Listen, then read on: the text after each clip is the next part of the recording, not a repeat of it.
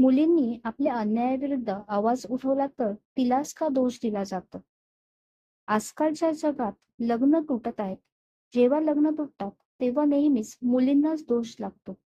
मुलींनी आपल्यावर होणाऱ्या अन्यायाविरुद्ध आवाज उठवला तर तिचा आवाज दाबला जातो. तिला मारझोड होत असते तर तिने निमूटपणे सहन करावे. त्यावर आवाज उठवायचा नाही. कधी-कधी अन्याय सहन करायला तिचे घरचेच सांगतात. कारण समाजात नाव खराब होईल आणि आपल्या मुलीला दोष लागेल.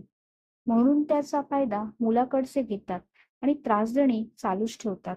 कधी-कधी मुलांच्याकडून जे जे मागितले जाते ते मुलीच्या घरच्यांकडून दिले जाते. याचे कारण आपल्या मुलीचे लग्न टिकावे यासाठी आणि तिला दोष लागू नये म्हणून. तात्पर्य, लोकांचा विचार किती करावा हे आपल्या हाती असते. Thank you.